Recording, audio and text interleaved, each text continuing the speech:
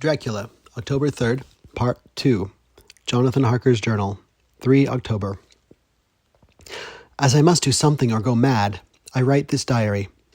It is now 6 o'clock, and we are to meet in the study in half an hour and take something to eat, for Dr. Van Helsing and Dr. Seward are agreed that if we do not eat, we cannot work our best. Our best will be, God knows, required today. I must keep writing at every chance, for I dare not stop to think. All, big and little, must go down. Perhaps at the end the little things may teach us most. The teaching, big or little, could not have landed Mina or me anywhere worse than we are today. However, we must trust and hope. Poor Mina told me just now, with the tears running down her dear cheeks, that it is in trouble and trial that our faith is tested, that we must keep on trusting, and that God will aid us up to the end. The end. Oh my God, what end? To work, to work. When Dr. Van Helsing and Dr. Seward had come back from seeing poor Renfield, we went gravely into what was to be done. First, Dr. Seward told us that when he and Dr. Van Helsing had gone down to the room below, they had found Renfield lying on the floor, all in a heap. His face was all bruised and crushed in, and the bones of the neck were broken. Dr. Seward asked the attendant who was on duty in the passage if he'd heard anything. He said that he'd been sitting down. He confessed to half-dozing, when he heard loud voices in the room, and then Renfield had called out loudly several times, "God! God! God!" After that, there was a sound of falling, and when he entered the room, he found him lying on the floor, face down, just as the doctors had seen him. Van Helsing asked if he had heard voices or a voice, and he said he could not say, that at first it had seemed to him as if it were two, but as there was no one in the room, it could only have been one. He could swear to it, if required, that the word God was spoken by the patient. Dr. Seward said to us, when we were alone, that he did not wish to go into the matter. The question of an inquest had to be considered, and it would never do to put forward the truth, as no one would believe it. As it was, he thought that on the attendant's evidence he could give a certificate of death by misadventure in falling from bed. In case the coroner should demand it, there would be a formal inquest, necessarily to the same result. When the question began to be discussed as to what should be our next step, the very first thing we decided was that Mina should be in full confidence, that nothing of any sort, no matter how painful, should be kept from her. She herself agreed as to its wisdom, and it was pitiful to see her so brave and yet so sorrowful, and in such a depth of despair. "There must be no concealment," she said. "Alas, we've had too much already, and besides, there's nothing in all the world that can give me more pain than I've already endured, than I suffer now. Whatever may happen, it must be of new hope or of new courage to me." Van Helsing was looking at her fixedly as she spoke, and said suddenly but quietly, "But, dear Madam Mina, you are not afraid, not for yourself, but for others, from yourself after what has happened?" Her face grew set in its line, but her eyes shone with the devotion of a martyr as she answered, "Ah, no, for my mind is made up." "To what?" he asked gently, whilst we were all very still, for each in our own way we had a sort of vague idea of what she meant. Her answer came with direct simplicity, as though she were simply stating a fact. "Because if I find in myself, and I shall watch keenly for it, a sign of harm to any that I love, I shall die." "You would not kill yourself?" he asked hoarsely. "I would, if there were no friend who loved me, who would save me such a pain and so desperate an effort." She looked at him meaningfully as she spoke. He was sitting down, but now he rose and came close to her and put his hand on her head as he said solemnly, "My child, there is such a one, if it were for your good. For myself, I could hold it in my account with God to find such a euthanasia for you, even at this moment, if it were best. Nay, were it safe, but my child—" For a moment he seemed choked, and a great sob rose in his throat. He gulped it down and went on, "There are some who would stand between you and death. You must not die. You must not die by any hand, but least of all by your own. Until the other, who has fouled your sweet life, is true dead, you must not die. For if he is still with the quick undead, your death would make you even as he is. No, you must live. You must struggle and strive to live, though death would seem a boon unspeakable.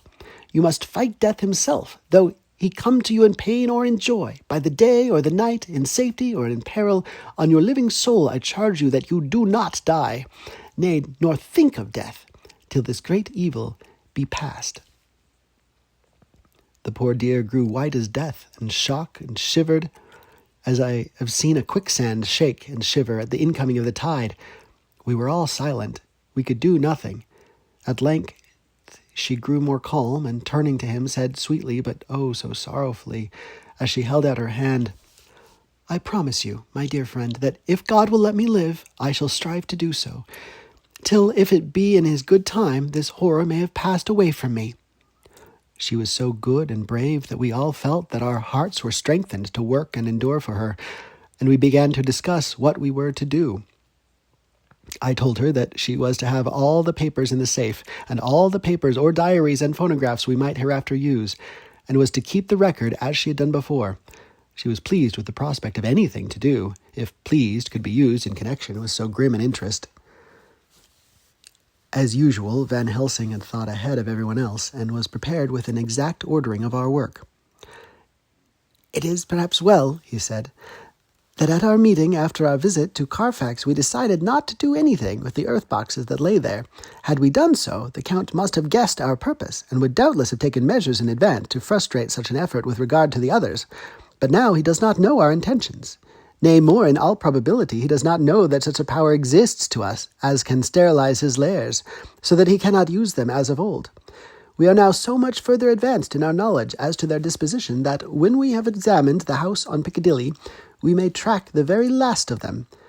Today, then, is ours, and in it rests our hope. The sun that rose on our sorrow this morning guards us in its course.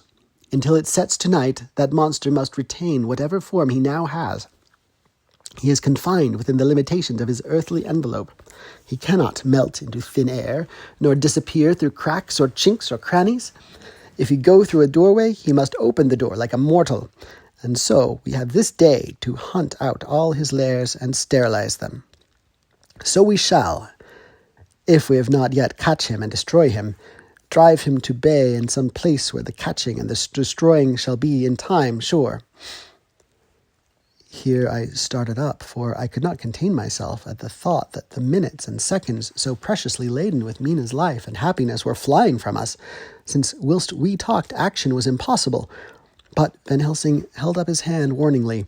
"Nay, friend Jonathan," he said, "in this the quickest way home is the longest way, so your proverbs say. We shall all act, and act with desperate quick when the time has come. But think, in all probable, the key of the situation is in that house in Piccadilly. The Count may have many houses which he has bought. Of them he will have deeds of purchase, keys, and other things. He will have paper that he write on. He will have his book of checks. There may be belongings that he must have somewhere.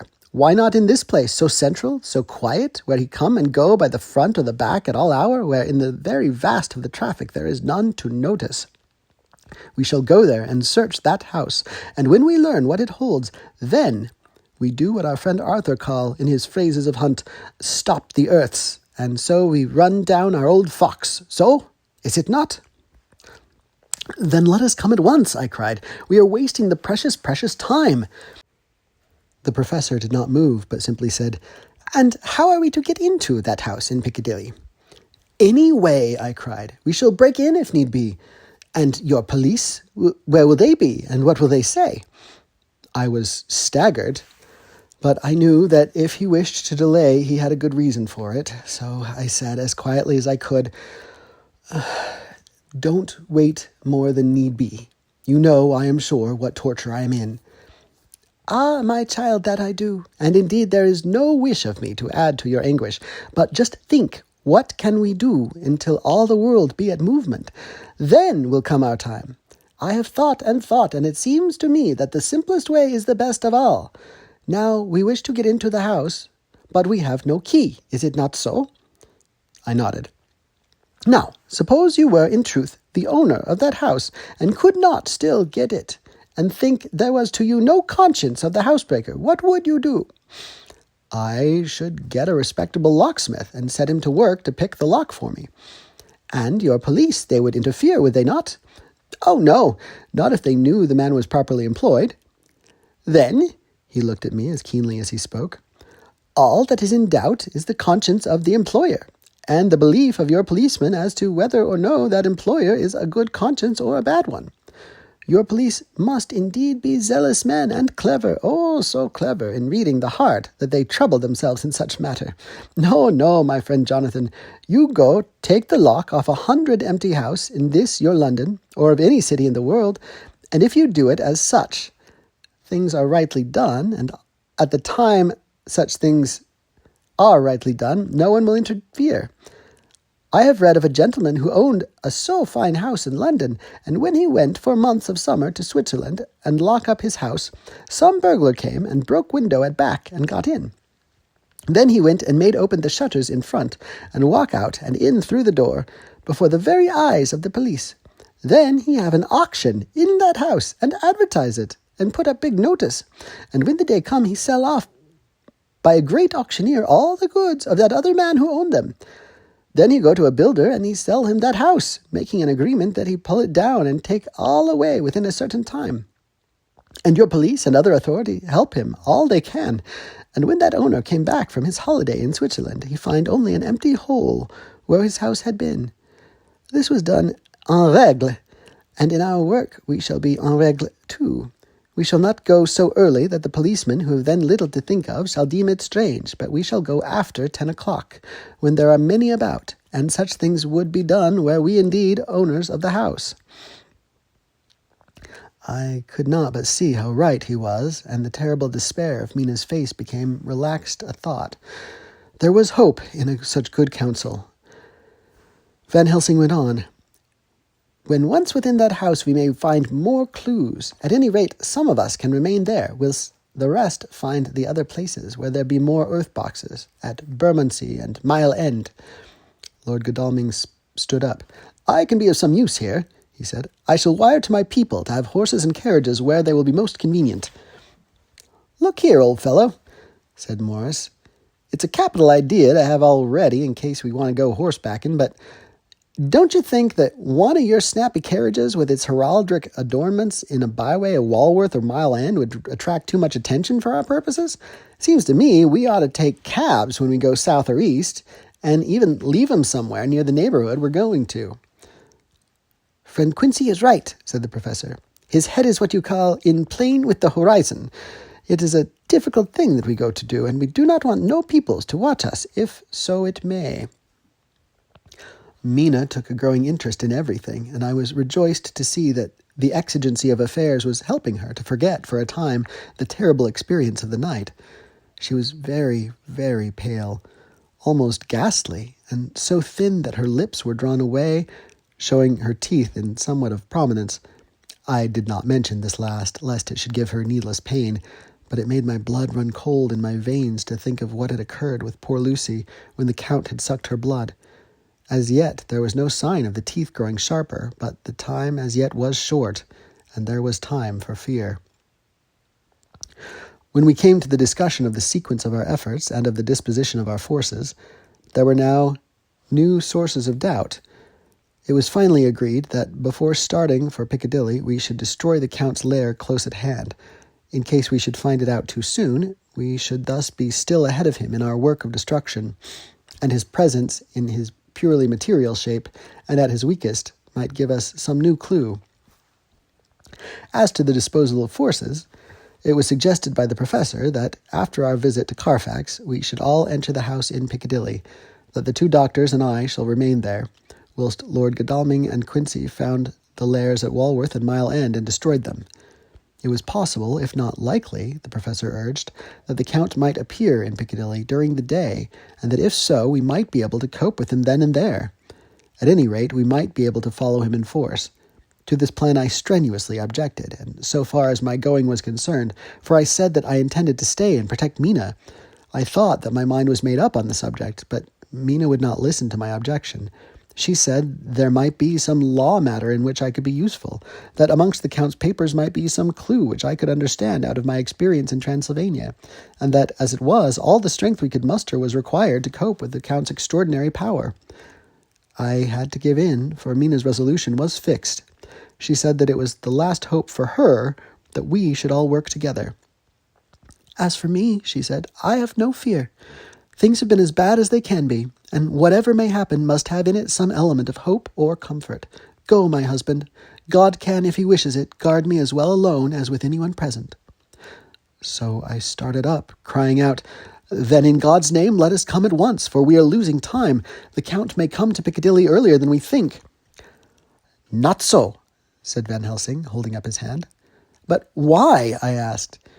Do you forget, he said, with actually a smile, that last night he banqueted heavily and will sleep late?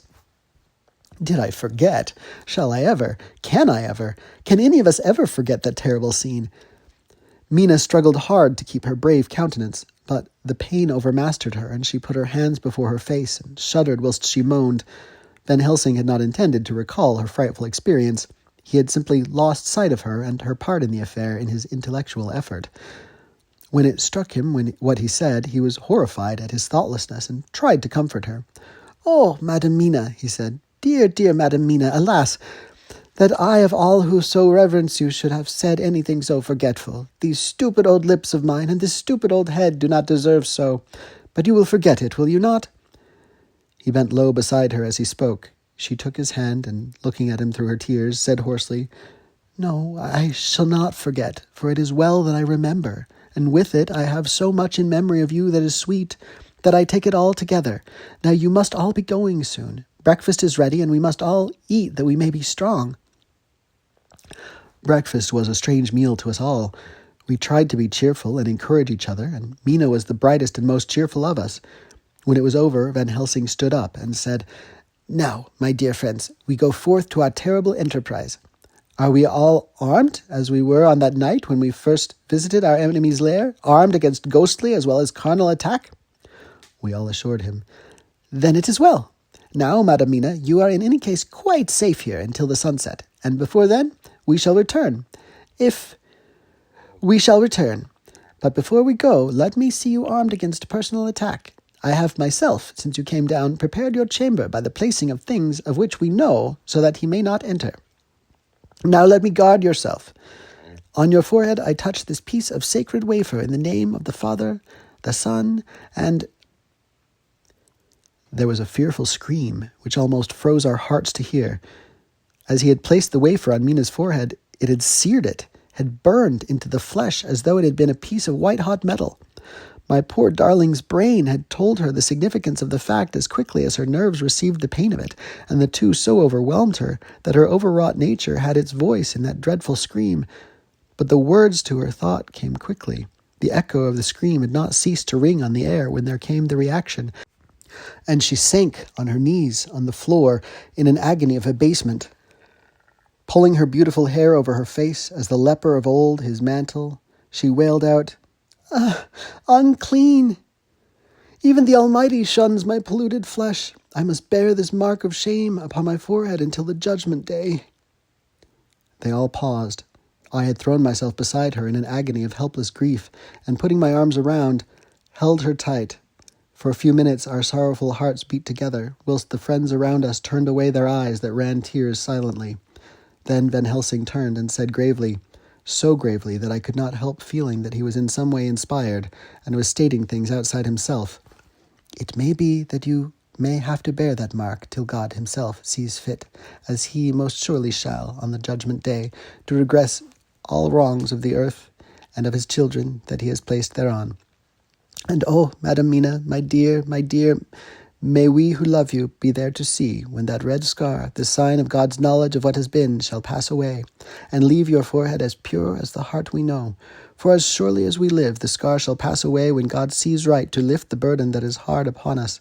Till then, we bear our cross, as his Son did in obedience to his will. It may be that we are chosen instruments of his good pleasure, and that we ascend to his bidding as that other through stripes and shame, through tears and blood, through doubts and fears, and all that makes the difference between God and man. There was hope in his words, and comfort, and they made for resignation. Mina and I both felt so, and simultaneously we took one of the old man's hands and bent over and kissed it. Then, without a word, we all knelt down together, and all holding hands, swore to be true to each other. We men pledged ourselves to raise the veil of sorrow from the head of her whom, each in his own way, we loved, and we prayed for help and guidance in the terrible task which lay before us. It was then time to start. So I said farewell to Mina, a parting which neither of us shall forget to our dying day, and we set out. To one thing I have made up my mind. If we find out that Mina must be a vampire in the end, then she shall not go into that unknown and terrible land alone. I suppose it is thus that in old times one vampire meant many. Just as their hideous bodies could only rest in sacred earth, so the holiest love was the recruiting sergeant for their ghastly ranks. We entered Carfax without trouble, and found all things the same as on the first occasion. It was hard to believe that amongst so prosaic surroundings of neglect and dust and decay there was any ground for such fear as already we knew. Had not our minds been made up, and had not there been terrible memories to spur us on, we could hardly have proceeded with our task. We found no papers, or any sign of use in the house, and in the old chapel the great boxes looked just as we'd seen them last. Dr. Van Helsing said to us solemnly as we stood before them, "And now, my friends, we have a duty here to do. We must sterilize this earth, so sacred of holy memories, that he has brought from a far distant land for such fell use. He has chosen this earth because it has been holy. Thus we defeat him with his own weapon, for we make it more holy still. It was sanctified to such use of man, now we sanctify it to God." As he spoke, he took from his bag a screwdriver and a wrench, and very soon the top of one of the cases was thrown open. The earth smelled musty and close, but we did not somehow seem to mind, for our attention was concentrated on the professor. Taking from his box a piece of the sacred wafer, he laid it reverently on the earth, and then, shutting down the lid, began to screw it home, we aiding him as he worked. One by one, we treated in the same way each of the great boxes, and left them as we had found them to all appearance, but in each was a portion of the host. When we closed the door behind us, the professor said solemnly, "So much is already done.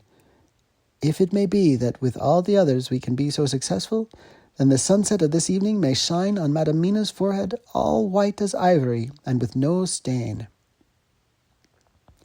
As we passed across the lawn on our way to the station to catch our train, we could see the front of the asylum. I looked eagerly, and in the window of my own room saw Mina. I waved my hand to her and nodded to tell that our work here was successfully accomplished. She nodded in reply to show that she understood. The last I saw, she was waving her hand in farewell. It was with a heavy heart that we sought the station and just caught the train, which was steaming in as we reached the platform. I have written this in the train. Piccadilly, 12:30 o'clock. Just before we reached Fenchurch Street, Lord Godalming said to me, "Quincy and I will find a locksmith. You'd better not come with us in case there should be any difficulty, for under the circumstances it wouldn't seem so bad for us to break into an empty house, but you are a solicitor. The Incorporated Law Society might tell you that you should have known better." I demurred as to my not sharing any danger even of odium, but he went on, "Besides, it will attract less attention if there are not too many of us. My title would make it all right with the locksmith and with any policeman that may come along. You'd better go with Jack and the professor and stay in the Green Park, somewhere in sight of the house, and when you see the door opened and the smith has gone away, do you all come across. We shall be on the lookout for you, and shall let you in." "The advice is good," said Van Helsing. So we said no more. Godalming and Morris hurried off in a cab, and we following in another. At the corner of Arlington Street, our contingent got out and strolled into the Green Park. My heart beat as I saw the house on which so much of our hope was centered, looming up grim and silent in its deserted condition amongst its more lively and spruce-looking neighbors. We sat down on a bench within good view and began to smoke cigars so as to attract as little attention as possible. The minutes seemed to pass with leaden feet as we waited for the coming of the others. At length we saw a four-wheeler drive up. Out of it, in leisurely fashion, got Lord Godalming and Morris, and down from the box descended a thick-set working man with his rush-woven basket of tools. Morris paid the cabman, who touched his hat and drove away. Together the two ascended the steps, and Lord Godalming pointed out what he wanted done. The workman took off his coat leisurely and hung it on one of the spikes of the rail, saying something to a policeman who just then sauntered along. The policeman nodded acquiescence, and the man, kneeling down, placed his bag beside him. After searching through it, he took out a selection of tools which he produced to lay beside him in orderly fashion. Then he stood up, looked into the keyhole, blew into it, and, turning to his employers, made some remark. Lord Godalming smiled, and the man lifted a good-sized bunch of keys. Selecting one of them, he began to probe the lock, as if feeling his way with it. After fumbling about for a bit, he tried a second, and then a third. All at once, the door opened, under a slight push from him, and he and the two others entered the hall. We sat still. My own cigar burnt furiously, but Van Helsing's went cold altogether. We waited patiently as we saw the workman come out and bring in his bag. Then he held the door partly open, steadying it with his knees, whilst he fitted a key to the lock. This he finally handed to Lord Godalming, who took out his purse and gave him something. The man touched his hat, took his bag, put on his coat, and departed. Not a soul took the slightest notice of the whole transaction. When the man had fairly gone, we three crossed the street and knocked at the door. It was immediately opened by Quincey Morris, beside whom stood Lord Godalming lighting a cigar. "The place smells so vilely," said the latter as we came in. It did indeed smell vilely, like the old chapel at Carfax, and with our previous experience it was plain to us that the Count had been using the place pretty freely. We moved to explore the house, all keeping together in case of attack, for we knew we had a strong and wily enemy to deal with, and as yet we did not know whether the Count might not be in the house. In the dining room, which lay at the back of the hall, we found 8 boxes of earth. 8 boxes only, out of 9 which we sought. Our work was not over, and would never be until we should have found the missing box.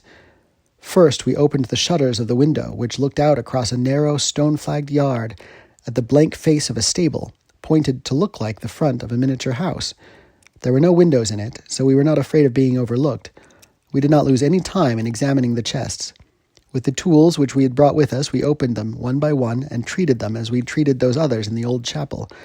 It was evident to us that the Count was not at present in the house, and we proceeded to search for any of his effects. After a cursory glance at the rest of the rooms, from basement to attic, we came to the conclusion that the dining room contained any effects which might belong to the Count, and so we proceeded to minutely examine them. They lay in a sort of orderly disorder on the great dining room table. There were title deeds of the Piccadilly house in a great bundle, deeds of the purchase of the houses at Mile End and Bermondsey, note paper, envelopes, and pens and ink. All were covered up in thin wrapping paper to keep them from the dust. There were also a clothes brush, a brush, and a comb, and a jug and basin, the latter containing dirty water which was reddened as if with blood. Last of all was a little heap of keys of all sorts and sizes, probably those belonging to the other houses. When we had examined this last find, Lord Godalming and Quincey Morris, taking accurate notes of the various addresses of the houses in the east and the south, took with them the keys in a great bunch and set out to destroy the boxes in these places. The rest of us are, with what patience we can, waiting their return, or the coming of the Count.